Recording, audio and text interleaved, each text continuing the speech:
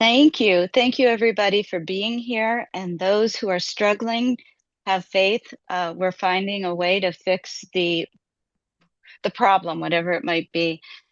It is my pleasure to introduce the peace and gift of grief, because when we think of grief, we don't usually think of it as either being peaceful or being a gift. So we will have plenty of time to write. We will have plenty of time to be inspired and to see some new works, because some are my photographs, which I've never shown before. And this is a brand new baby that I created just for us. I am ready for the slide.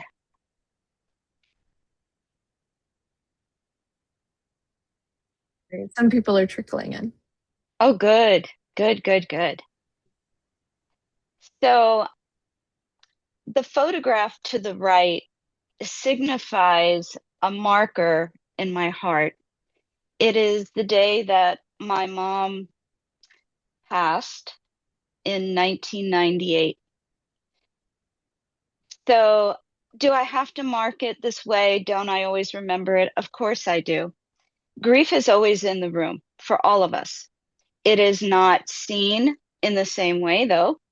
Some people see it as a thief, something that has robbed us of energy and fuels sadness and pain, but that's not a given. We all know some aspect of grief, and we have an awareness of it when it comes to visit or stays longer than we anticipate. But when grief is seen through a wider lens, we can also see its multiple gifts. So, some of the gifts I have written down here are conversation pieces. It could include peace. I want you to imagine for a moment how that might be possible. How might grief be seen as a gift of peace? Just put it in the chat.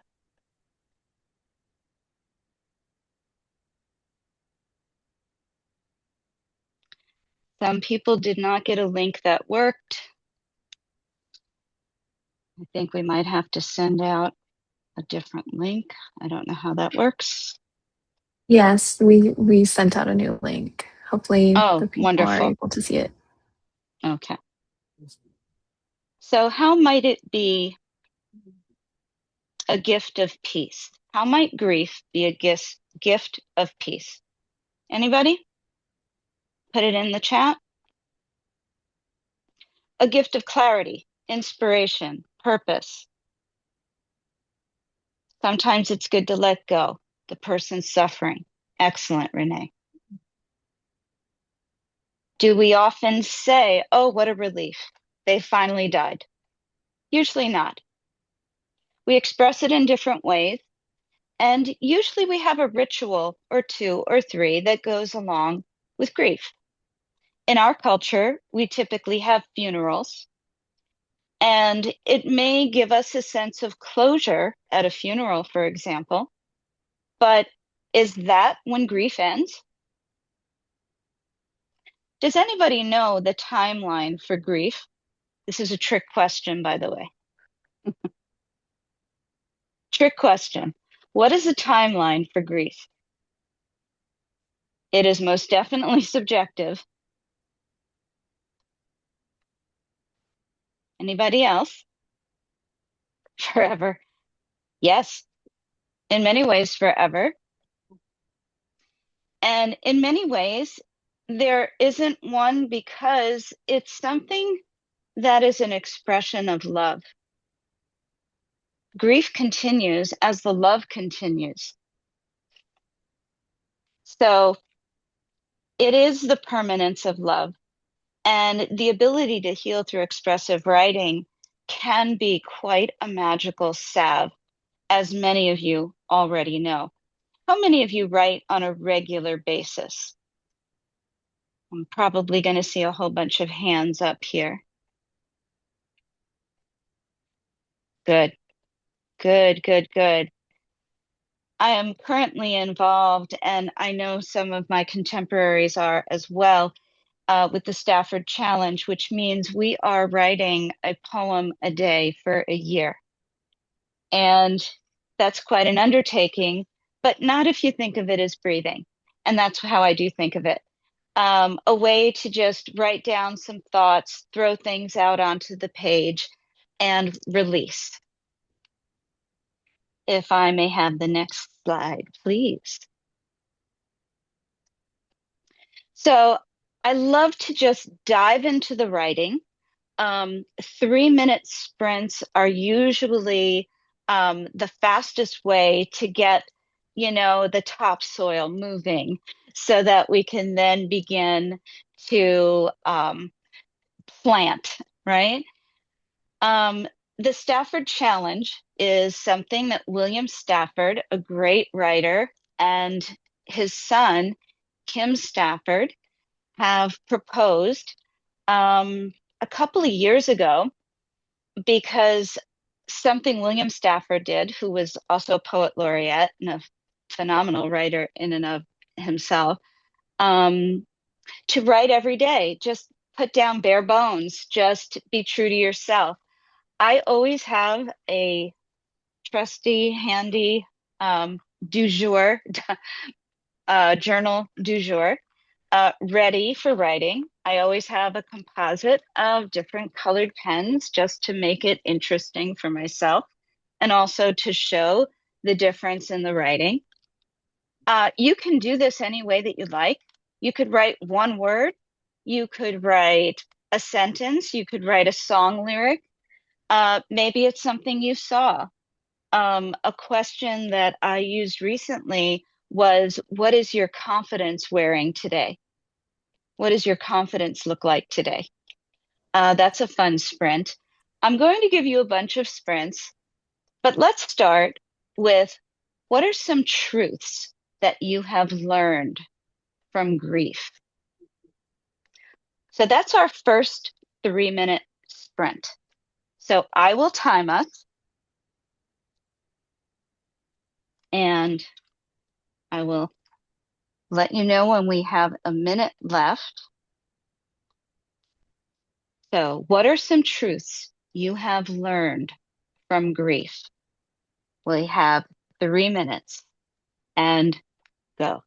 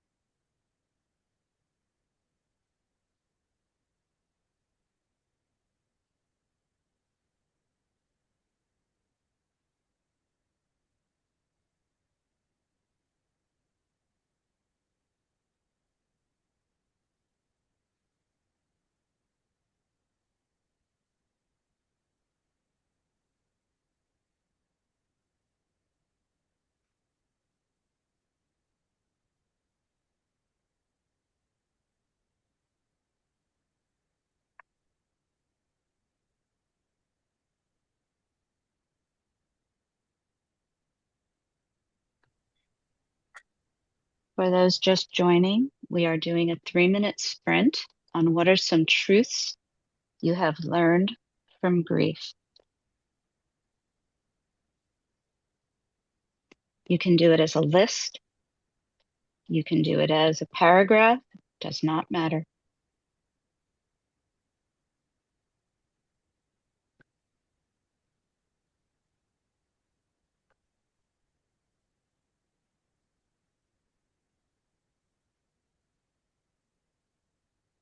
Take one more minute, please.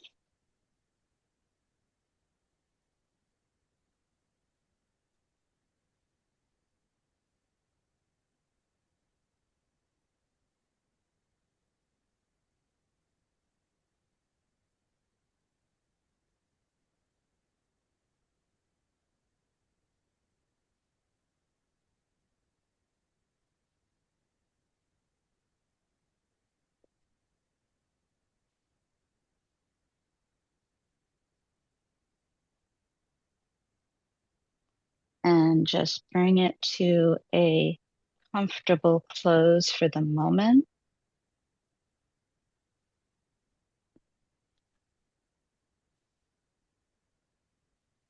And just take a deep breath. You can return to this later. We're just putting little place setters, little bookmarks. It changes you. Time heals, but does not erase. It can be powerful. No definition of grief fits all the complexities of grief. So true. So true. In grief, I choose not to remember dates, only birthdays. I love that. I love that. Celebrations only.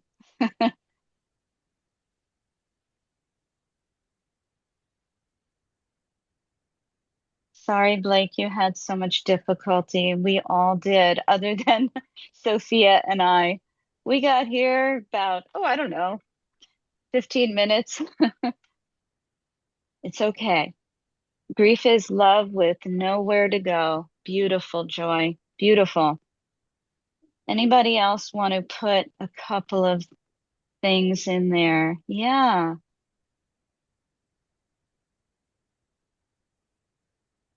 Oh, it's Fran. I said Blake. I'm so sorry. I didn't see the first name. I'm so glad, Fran, that you made it as well.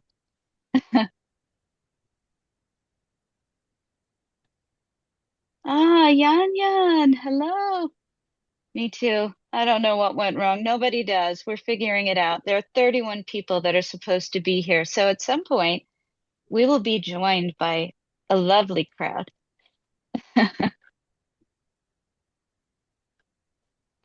So, was anyone surprised by what came up with just that first part?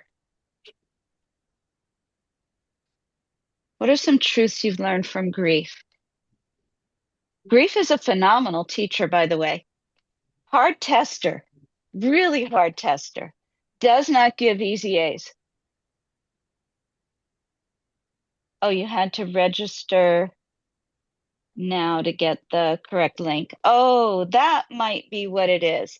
You have to register in order to get the correct link. Okay,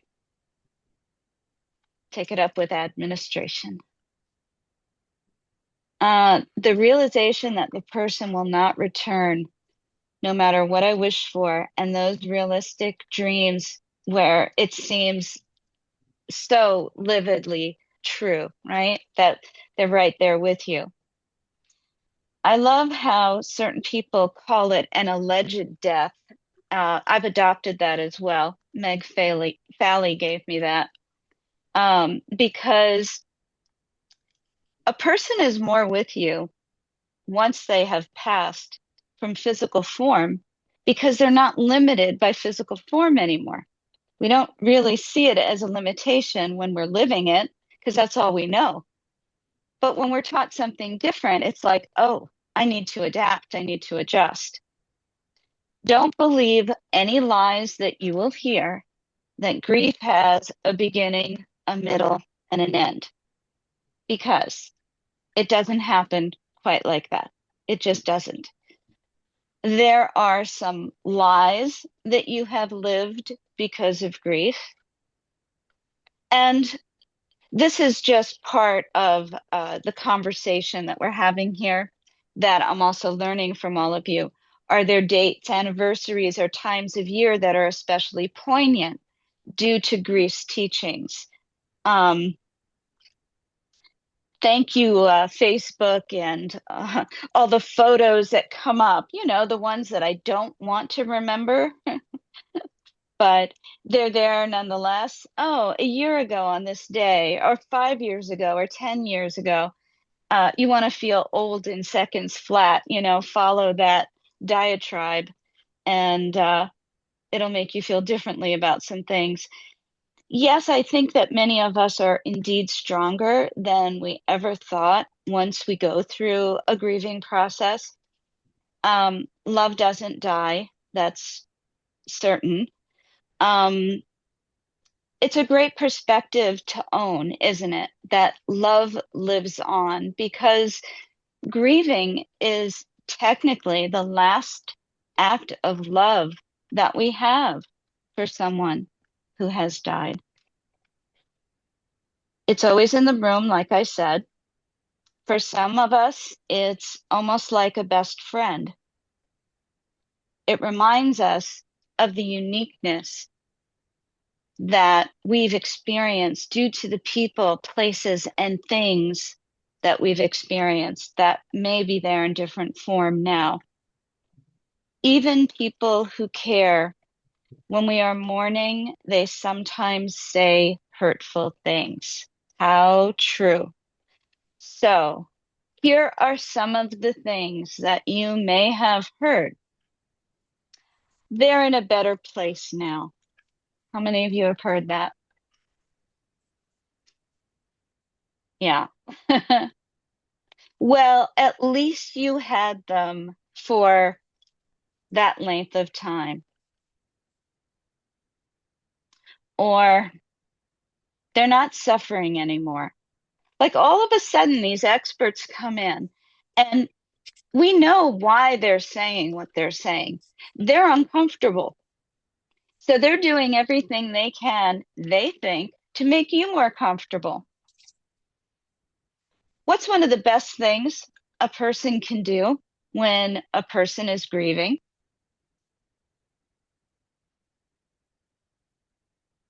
Any ideas? Be present. Yes, definitely be present. Be open. Listen. Do not direct. Please, please, please do not direct. Please do not give a timeline. Oh, you're still there? That was a year ago. Yeah, do not give advice. Sometimes the best advice we've ever given is the one we never spoke. Show up. Say things like, if you're going to speak at all, I can't imagine what that must be like for you. Is it okay if I just sit here with you?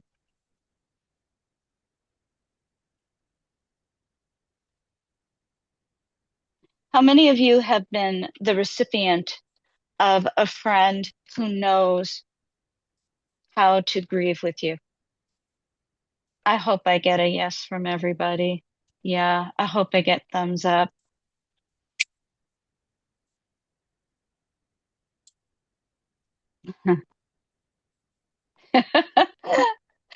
I have to read this out loud. In a film, a character says he's gone to a better place. The other person says, not unless dirt is better than air. I have not heard that. Thank you, Fran.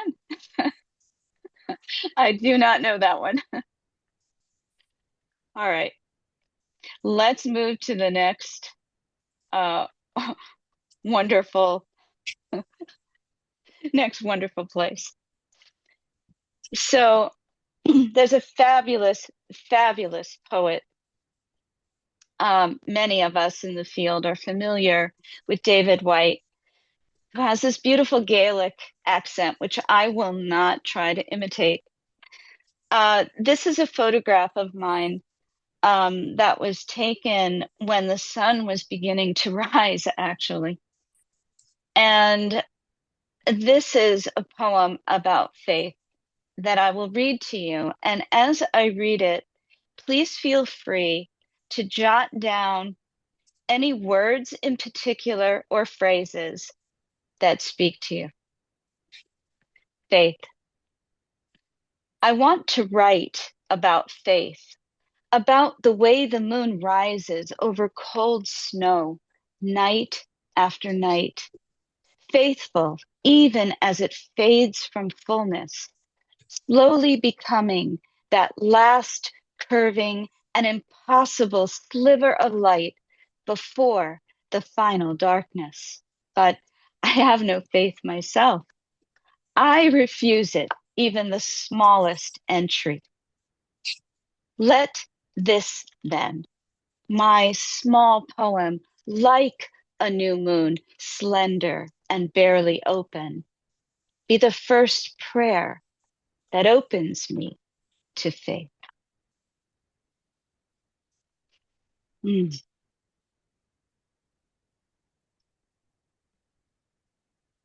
What was something that spoke to you? I'm assuming it did, right? Yeah, beautiful. How many of us even have a definition for faith? The ability to see what isn't there, to trust a seed thought of hope. Is faith prayer? Is it religion? Is it a ritual? What does it mean to you when someone says have faith? Or have you been to the synagogue? Have you been to church? Did you talk to your pastor? Are these familiar things for you? Or do they make you turn off and tune out? Faith is different for everyone. Or maybe there's something in the photograph that evokes a certain something. And do you identify with anything in the photograph? Faithful, even as it fades from fullness. Yes. Trusting that some sliver of faith, of something reachable, is there within our grasp. It's so hard when we are hit one after another of difficulty, and we have what I call a tsunami of grief, a grief tsunami. How many of you have ever experienced this phrase that I just popped out there? A grief tsunami. I know I have. Yeah. Okay, good. Good. I am glad that I am not alone in this particular um, breathlessness of being overwhelmed. Another term that I use, and it's yours to borrow and create with, is emotional avalanching. How about that? I'm writing it down myself. Emotional avalanche is just like a grief tsunami. You can't sort through the layers fast enough, right? Can you relate to that one? Yeah. Okay. May I have the next slide, please?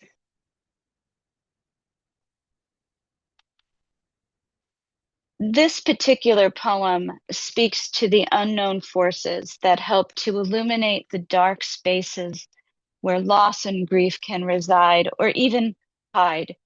And many times it's hidden until we are doing something mundane, like tying a shoelace, and all of a sudden our father pops into our head and we haven't remembered him for a while. Um, John O'Donohue, a friend and colleague of David Whyte, says something similar in his one-line poem, Fluent. And I do love this. I would love to live like a river flows, carried by the surprise of its own unfolding. Isn't that beautiful? I would love to live like a river flows, carried by the surprise of its own unfolding. Um, I find that captivating as well. As I'm speaking, if things are lighting you up in a certain way, sometimes we just need to take a moment and write it down.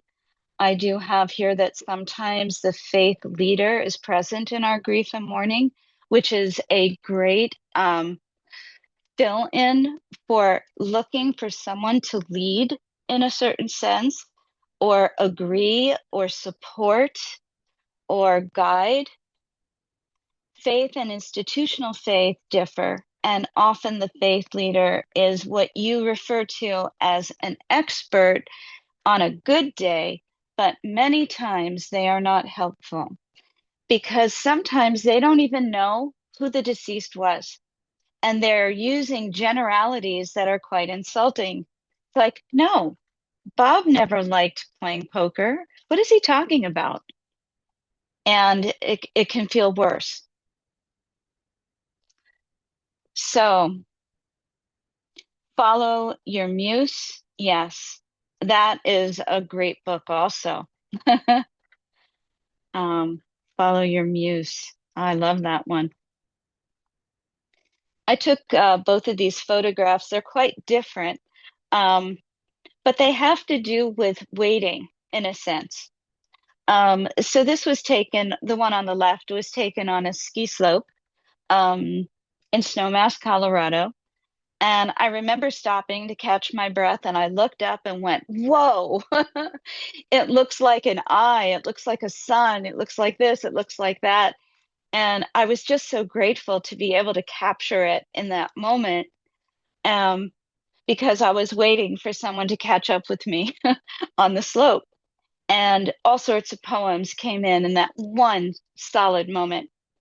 And the other was taken, you talk about a contrast, in Key West in a t-shirt shop, certainly not a snowy slope, but a sunny part of the earth. If I'm not back in 5 minutes, just wait longer.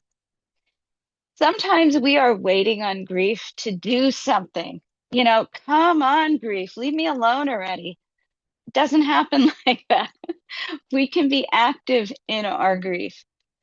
Um, one day, um, a really good idea is one day just go to a funeral of someone you don't know to see grief through a different lens. Yes, that is a very, very interesting idea. Um, not a bad practice. You might even become a professional griever. Some people call me that as a grief expert. Um, I'm a professional griever. I do attend um, when I don't really know the person because I've been asked, would you please come? And they just want my presence in the room as a guide. So you can, you can do that. Uh, People might wonder who you are. You might want to align yourself with someone in the funeral parlor before you do this. Otherwise, they might say, you're looking for the Epstein funeral. That's this way, please. So, yes. Let's do another. Um, is 3 minutes a long enough time? Are you good with 3 minutes? Just show me some hearts or fingers. The right finger, please. Good, good. Just to get started, right? Just to get bubbly, just to get a little bubbly. Excellent. Let's do a 3 minute right on how you would complete this line.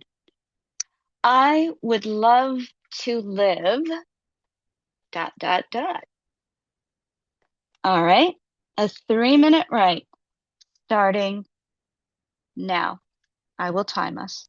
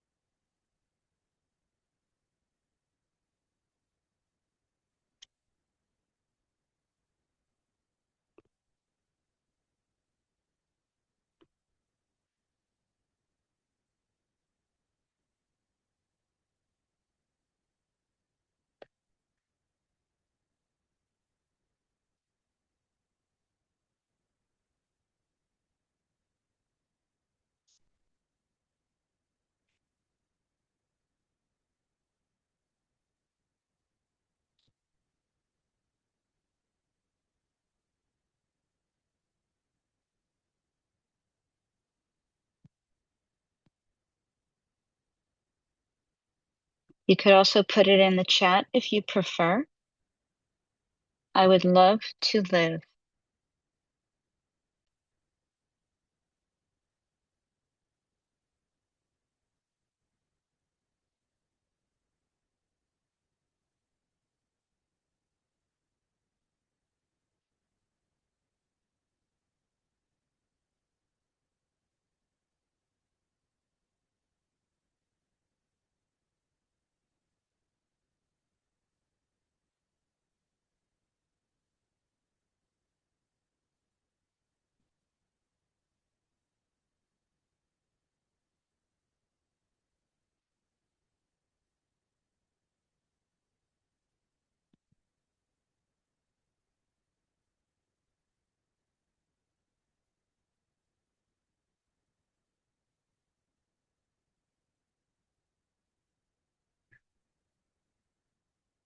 I'm going to take one more minute. It goes by very quickly.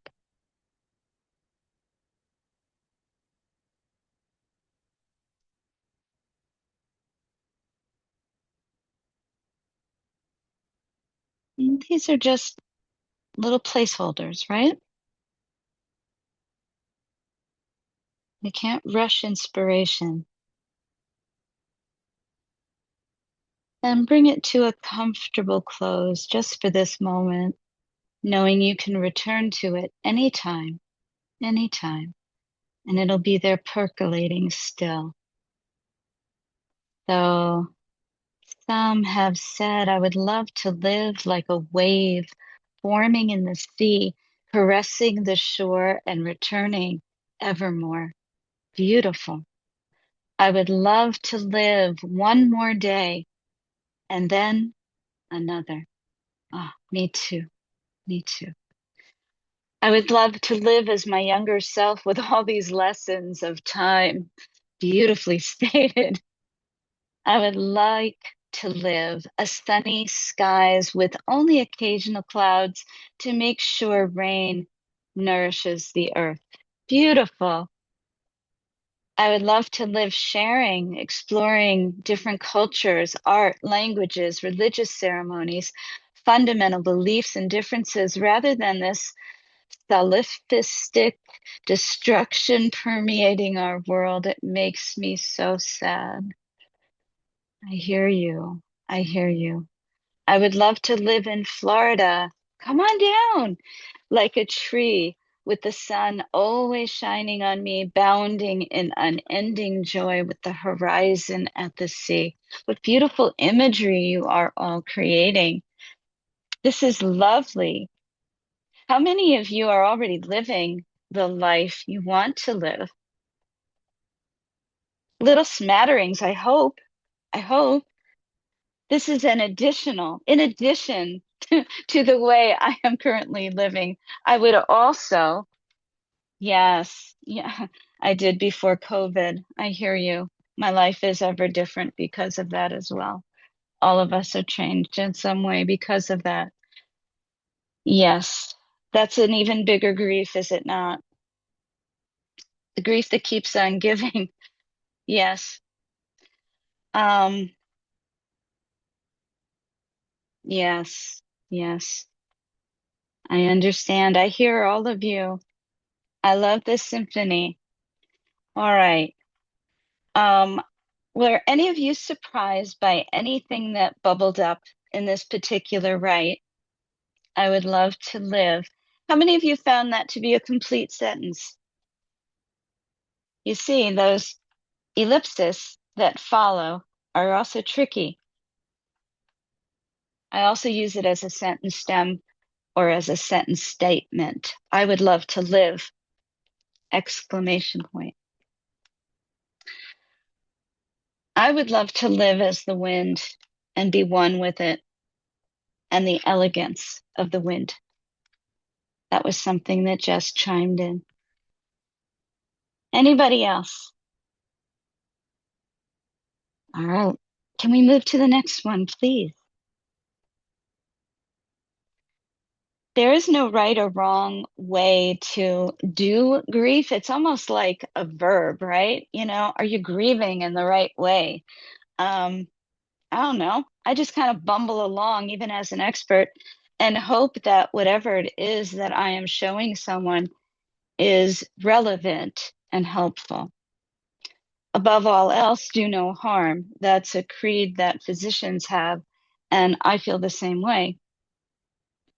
There is no timetable, and there's certainly no manual, although there are certainly good guides um, that hold the ancient secrets of thriving through the grief tsunami waves that can sometimes feel like air is no longer a part of our atmosphere. I know there have been many times when I literally choke. I just choke. The words are not there. And that's when I turn to photography to say what I can't. However, there are support sites, there are guides, resources available, And Megan Devine is someone I hold to the truest um, altar of guidance. In her book, It's Okay That You're Not Okay, even her footnotes made sense. Even her conversations that she has with herself make sense. And she has a website, Refuge in Grief, which is absolutely incredible that I recommend to everyone to check out. I took a 6-month course with her. Not that I need any more certifications. I always need to learn. I have a hunger for learning. And she taught me so much in one sentence. It was 6 months worth of one sentence hallelujahs. I felt like some kind of faith leader, yes, sister, say it, sister. Every single thing that she said rang so true and it's so current. So I highly recommend her work. Please go to the next one. This photograph was taken outside my house.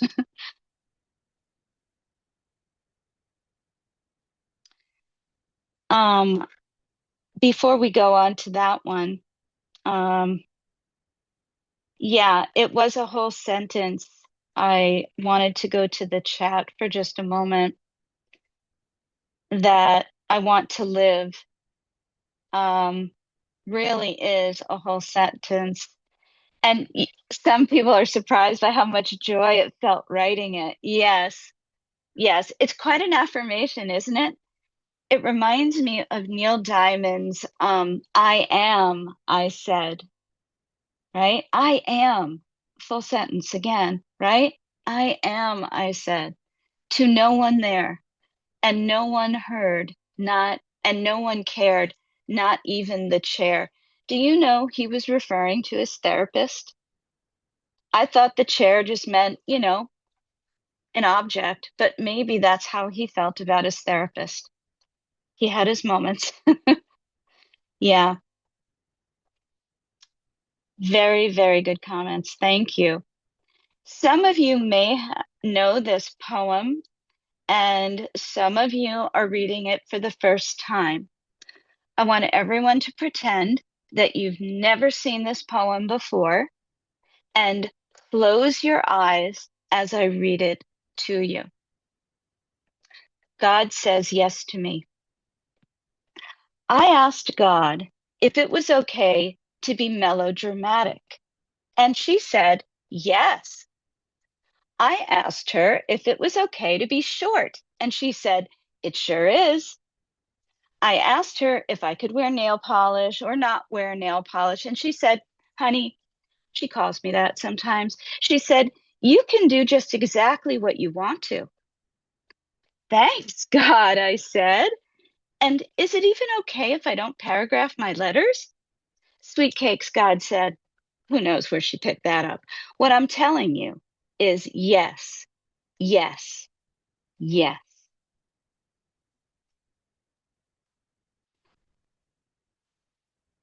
Surprising? I love this poem so much.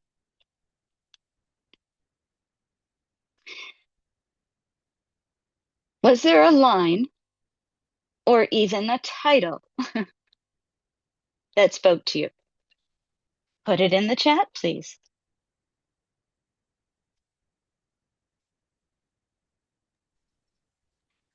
I Deborah, while think, people are writing that in the chat, I just want to say you have about 10 minutes left. I'm so sorry. no worries, no worries. We're good. I can be melodramatic, yes. I love the permissiveness that God gives in this poem because it's usually a conversation about begging, you know, melodramatic, yes. What does that even mean? My mother called me a drama queen. Actually, she didn't call me a drama queen. She called me Sarah Bernhardt. Uh, I was expressive. I was not melodramatic. I was expressive. I asked her if I could wear nail polish. Yes, exactly. Some of us just got a bad rap. sometimes about just being ourselves.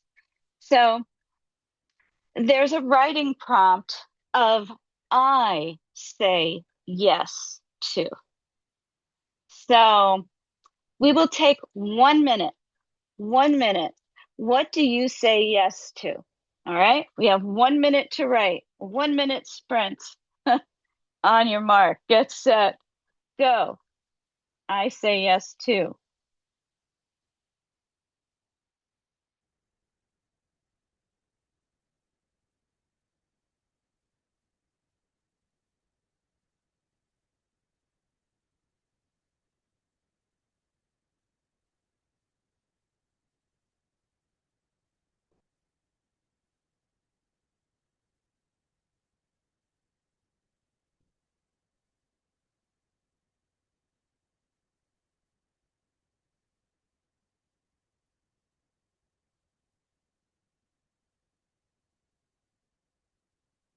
Take another 10 seconds.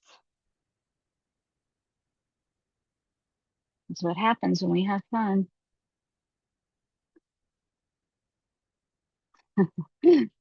Yeah, just say yes to everything. You got it covered. Anything that is not an immediate yes, by the way, is a no. Have you ever noticed that yes is very bullish? It just kind of tumbles in. No fanfare, just tumbles right in. Here I am. Say yes to everything that you say no to. Right, there you go. Oh, that could be a problem. So you get the general idea, right? All right, let's keep percolating. Next slide, please.